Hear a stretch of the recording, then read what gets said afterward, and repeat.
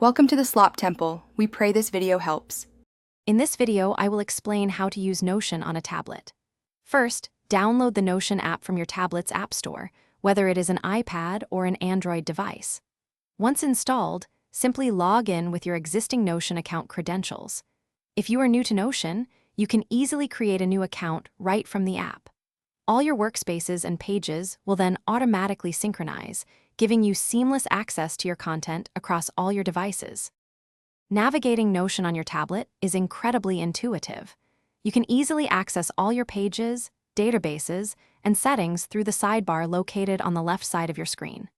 Simple swipe gestures allow for quick movement between different pages and views, making your workflow smooth and efficient.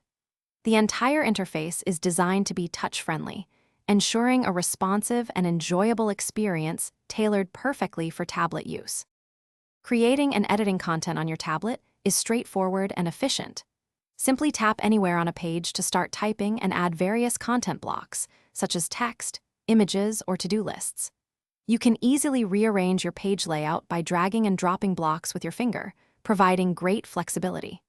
Furthermore, leverage Notion's extensive template library to quickly create new pages and databases, saving you valuable time and effort.